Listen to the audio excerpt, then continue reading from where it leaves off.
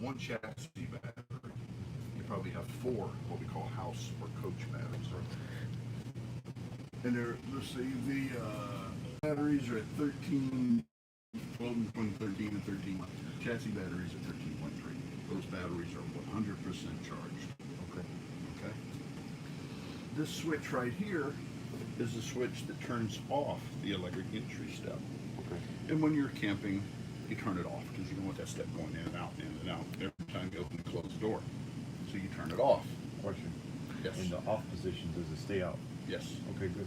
So that's only to stop or turn off the activation of the step every time I open and close the door. Perfect. However, when you turn the ignition on, the steps will go in. Automatic. So you Automatic. forget. So even if you forget, you can't drive down the road with the steps hanging out. Very good. Okay. This is your inverter. This coach has a 1200 watt inverter, which produces just a little under 11 amps. And that is for electrical items, such as the refrigerator or TVs or the microwave, when you're not running the generator and you're not plugged into electricity. It's a 1200 watt, and that's like a 10.9 amps. Question. Yes. So if I'm driving down the road and I got my groceries in the refrigerator, is the inverter the one feeding the refrigerator? I'm going to tell you while you're on the road to go ahead and run the generator, because that's going to provide everything with power, including the refrigerator and the roof airs. You can cool the coach while you're driving down the highway with the roof air. The dash air, first of all, will not cool the entire coach. Plus, when you turn that dash air on, your mileage is going to go down, because that's going to be an extra load on the engine. Okay. And the reality is, if you're going to run an air conditioner, it's more economical to run the generator and run the roof air than it is to run the dash air. Okay. So while you're driving down the road, you've actually got the generator on. Okay. And that provides everything with power. And that's a common practice? Yes. Okay. People do it all So the time. let's go back to the inverter. So the inverter, I've always had this question because I never really understood it, and this is all new to me, so please bear with me. That's fine. So this is a residential refrigerator. Yes, it is. So what happens, I got my groceries in there, I stopped at Publix, I bought my groceries, I'm on my way, I'm running the generator like you said, but let's say I don't run the generator. Let's say it's a cool day and I'm up in the mountains and I don't want to run my generator. I don't need to. It's nice cold air. How does my refrigerator stay cold? Through that inverter. It is automatic. Does the inverter work off of the vehicle engine? No, it works off the house batteries. However, the alternator on the engine Charging my batteries. charges both the chassis and the house batteries. So while the inverter is pulling power out of those house batteries, the alternator is putting power back into the house batteries. And this thing up here is automatic. Okay. It does it automatically. Mechanical question. I have seen other vehicles, maybe not this one because of the size of it, it's not, it's just a Ford V10, but other larger vehicles, for example, Cummins diesel engines, I have seen where the alternator has 3 settings, a low, medium, and a high. Does this alternator have a setting like that? It's a standard. It's a standard Ford output. V10 alternator. Perfect. Okay. Okay. All right. And that is automatic. Okay. Now, going back to running the generator while you're going down the highway. Yes. Everything's great. Everything's working. The roof air is working. When your gas tank reaches a quarter of a tank, the generator will stop running. Of course.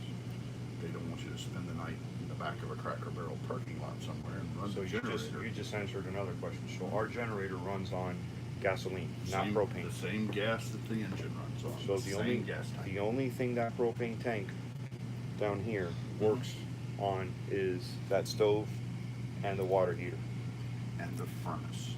Okay, and the furnace. This actually has 2 sources of heat. It has electric heat and it has gas heat. And I'll talk more about that when we get look there. at the thermostat Okay. over there. All right. So Now, you're traveling down the highway, you hit that point where you've reached a quarter of a tank of fuel of gas, the generator shuts down. yes. That will automatically kick in.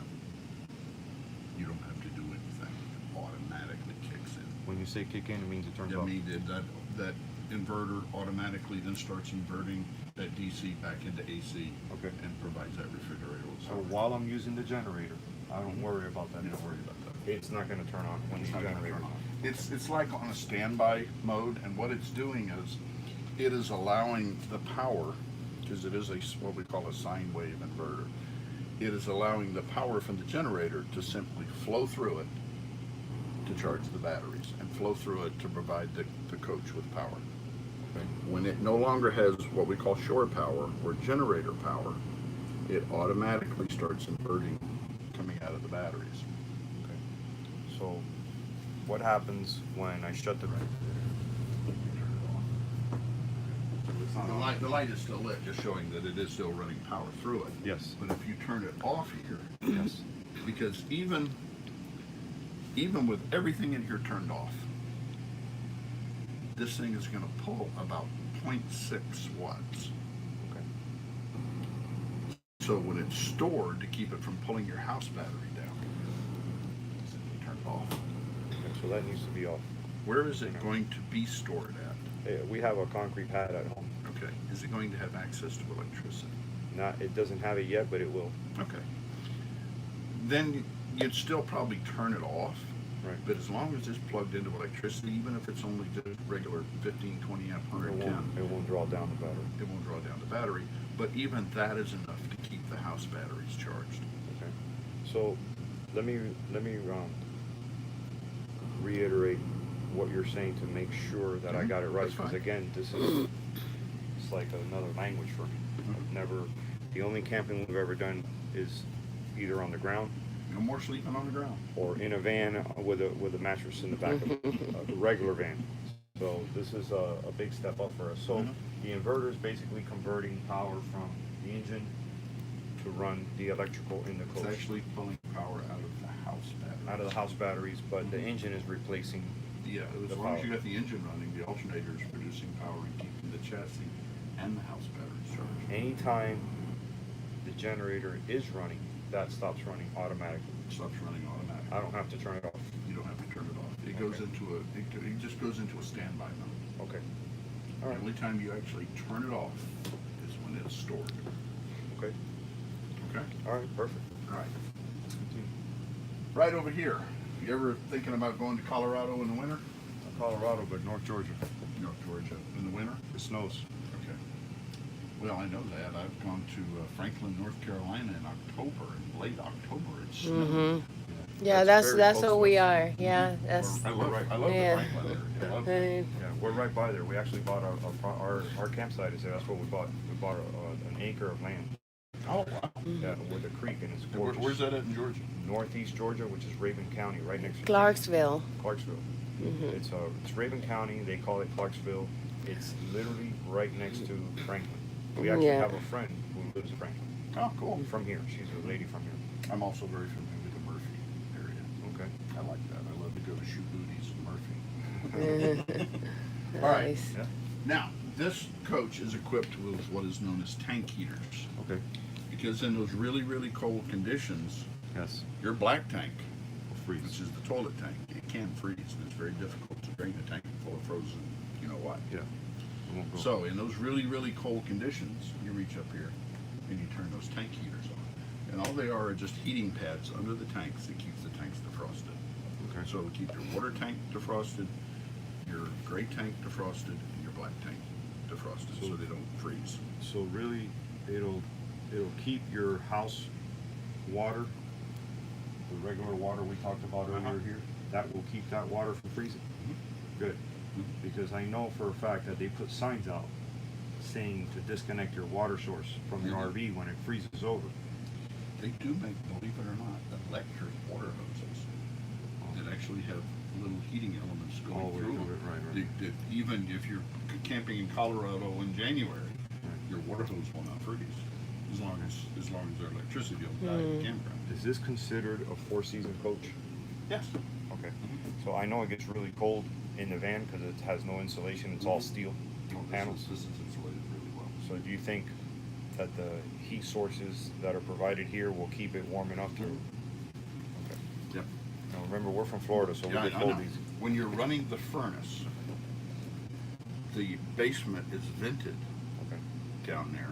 Okay. So even some of that heat goes into the basement. Okay. It's not gonna make it toasty warm down there, but it's gonna keep it above freezing. And the tank heaters even help a little bit more. Okay. Alright? Alright. So those are tank heaters. Now we're gonna come all the way back over here. This button right here is the button that extends and retracts your awning. Okay. I've extended it out right now. Okay. When we step outside, I'll leave it out and then we'll roll it back up once we're done outside. Okay. Okay? Fair enough. Alright, these right here are the two slide out switches. You've got an off door side slide out, which is that one. They call it the off door side. That's the door. Then you have the door side, and that's this one. The switch that moves the bed back there is in the back. It's in the back. I'll show you that when we get back there. There is a procedure for opening these and closing them. Okay. And I'm gonna go over that here when we look at some paperwork over here. Okay?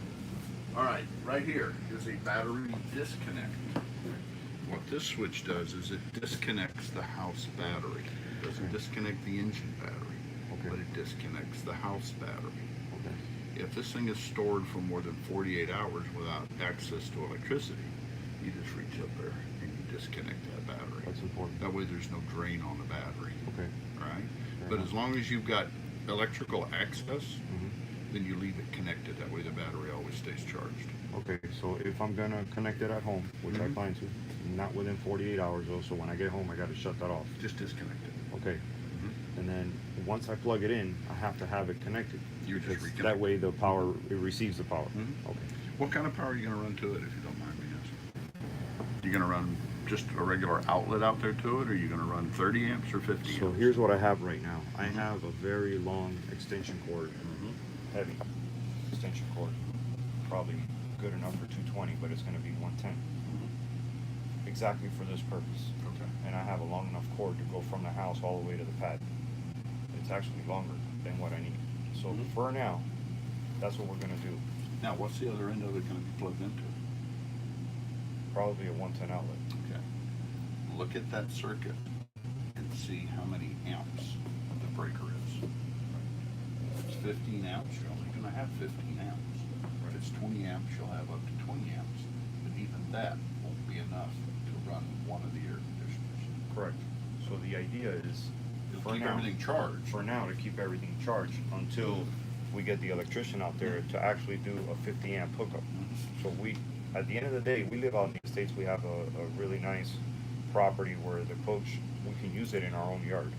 Literally, we can camp, we've been camping in our own yard. So the idea is to have 50 amps set up in two different locations. Up front where the concrete pad is, and one in the back so that we can hook up.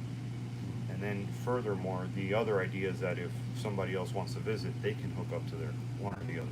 Yep. So we're gonna, we would like to have two hookups, two 50 amp hookups. Make sure the electrician knows that this is not 220. Oh, yeah, It's 110. yeah. But it's two 50 amp legs. In reality, a 50 amp plug is 100 amps. Right. It's two 50 amp legs.